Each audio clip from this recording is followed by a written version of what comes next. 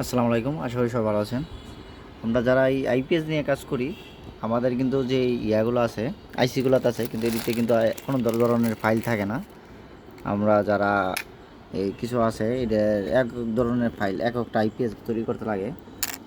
কেউ 9.5 করে থাকি, কেউ সুকাম করে থাকি, কেউ অন্য অন্য ধরনের যে কোনো হ্যাক্স ফাইল, মানে যে আমাদের 16 এর জন্য প্রযোজ্য, ওইটা ওই ফাইলে ঢুকাই রাখি, এই ঢুকাই আইসিটা রাইট করে চালাতে হয়। তো আমরা আজকে দেখাবো কীভাবে আইসি রাইট করতে হয়। এই যে আমাদের রাইটারটা, এগুলো পিকে একটা রাইটার। তো আমাদের মূল প্রথম যে ইনস্টলটা এইভাবে দিতে হয়। যখন আমরা এটাকে পিকে আমাদের যে পিকে যে ফাইলটা আছে এটাতে ঢুকলে অটোমেটিক আইসির নাম্বারটা নিয়ে আসবে আমাদের এই ল্যাপটপে।